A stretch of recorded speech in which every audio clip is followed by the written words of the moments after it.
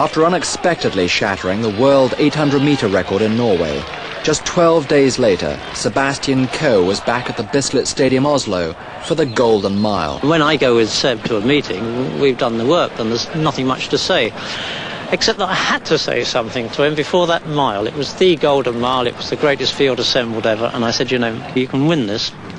And he just looked at me and he said, yeah, I know, Dad.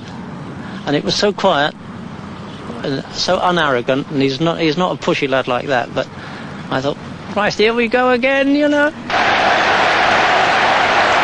All the field now bunched in pursuit. They know that a fast race is on as they move through. They've had a 58 first lap and they're coming through. They're on schedule for a similar sort of pace on the second lap. As they go through, that's about 1:55 for the half mile. And out goes Lacey, so it's now up to Steve Scott of America, and Sebastian Coe's gone with him, and they're leaving the field. A gap has opened up. Wessinghagen not able to move with them. This is a decisive break. Yes, I think they misread the race there. When Lacey dropped out, it left it beautifully clear. Coughlin's seen the danger, number 8, and he's chasing after, but Scott, as Lacey dropped out, Scott kicked hard, and only Sebastian Coe responded, and these two are well clear. And when you think of the calibre of this field, the world's finest runners, and Scott and Coe are well out in front, and Scott has to keep going because he must be terrified of Coe's ability. Coe's devastating finish, and look how relaxed he is. Scott labouring already, turns around and sees Coe, and Coe's going past him, and it's already opening up 10-15 yards on the field, and Coe at the bell, he's going to be ahead of the field. He looks over his shoulder. The time at the bell is 2:53. They're not only onto a great race here, but we're onto a very, very fast time. If Coe can finish with the same sort of strength and aggression that he did as he takes Scott on this last lap, we could be on for a world record even. It's Coe now, 8-9 yards in front of Steve Scott, the American, and yards in front of the rest of the field, who are bunching in pursuit. They're sorting out, but really it's a matter of strength. It's Coe now against the clock, and all of the field could be on for a very fast time, but it's Sebastian Coe really making the rest of this field look very, very pedestrian. He's looking round, but he must be confident. A slight grimace, but he's so relaxed, and he's coming away all down this field. Now they're waking up in the pack behind, but it's too late, they're forgotten. Coe's got time to look around, the crowd are rising, and the time extremely fast, very near that world record, 3:49.4 it was, and he's underneath it. It's a new world record for Sebastian Coe, his second in 12 days, a phenomenal run, a fraction of a second under 3:49, another barrier broached by this remarkable young man. 22 years old, and he has the world now at his fingertips. His determination is built into him in that he is a winner. He has always insisted on winning.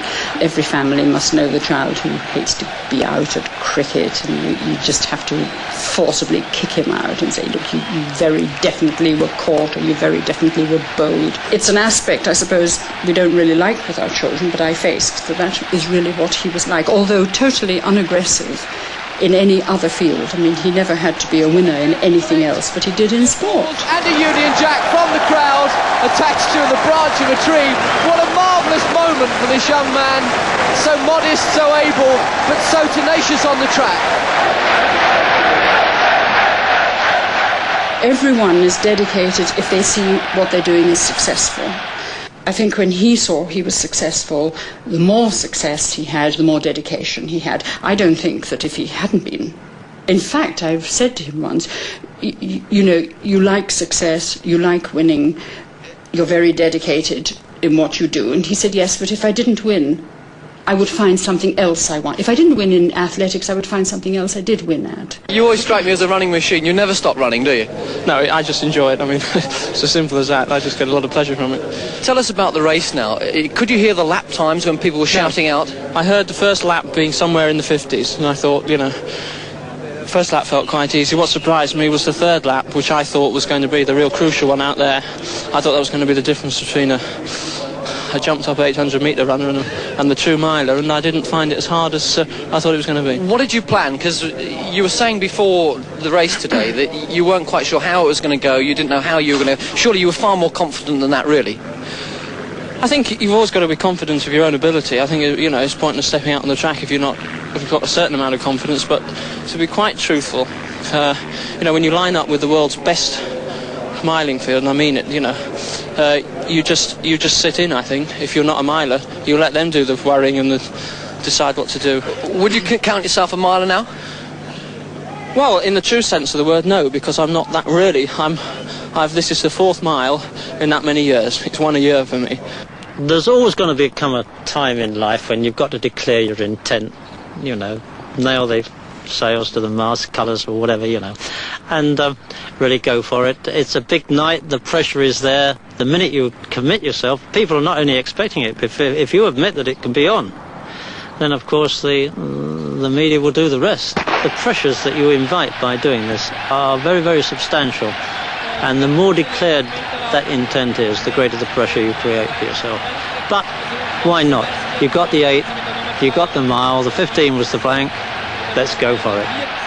On the 15th of August 1979 in Zurich, Switzerland, in front of a capacity crowd, Sebastian Coe was committed to breaking Philbert Bailly's 5-year-old 1500-metre world record. Coe was by now a media event, the current sports sensation. In the eyes of the millions watching around the world on television that night, anything less than a new world record would have been a major disappointment, even failure. Seb and Peter Coe knew this, but were confident. The hard work had been done back home. Tonight was the payoff. David Miller, one of Britain's foremost sports writers and Coe's closest friend on Fleet Street, witnessed each of his key races from the beginning of his career and has a deep insight into the Coe character. If you go back to when Seb emerged at the end of his teenage years, when he obviously had enormous potential, I think it was vital that Peter managed to achieve a transition from the young athlete into the adult without any serious breakdowns because of injury. And then, of course, what they discovered faster than they really expected was that Seb had this phenomenal basic speed. They weren't sure at first whether he was going to be a half miler or a miler 1500 metres man. He's a very contained, introspective sort of chap. And the mental thing, when he's running, his concentration is enormous. He can manage to exclude, to a great extent, all the other things from his life. He simply, basically wants to be the fastest man of his time. Actually, to produce the mechanical conditions, the temperamental conditions, the physiological conditions that will make him the fastest man on earth. Die übrigen Läufer etwa 60 Meter hinter Coe.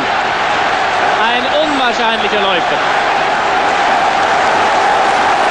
Coe hat noch 140 Meter zu laufen jetzt. Noch 100 Meter für Coe. Und er kann es noch schaffen. 3:32,2, das ist die Zeit.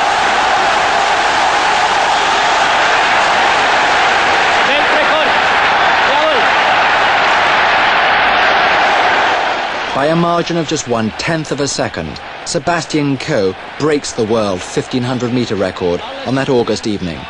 His reputation is now secure. 41 days that rewrite the history books. If you consider that at the beginning of July that season I broke the 800-metre world record, literally 12 days later I'd broken the mile, and a month after that I'd broken the 1500 metres. I don't think it had too much of an adverse effect on me. The major departure in terms of all that came at the end of 1979, and it was a very difficult situation to be sitting literally 6, 7, 8 months away from an Olympic final, having broken 3 world records at that distance, and as far as the average guy on the street was concerned, I only had to turn up and stand up in the Olympic Stadium to win 2 Olympic gold medals. And anybody in athletics knew that that was far, far from being the truth.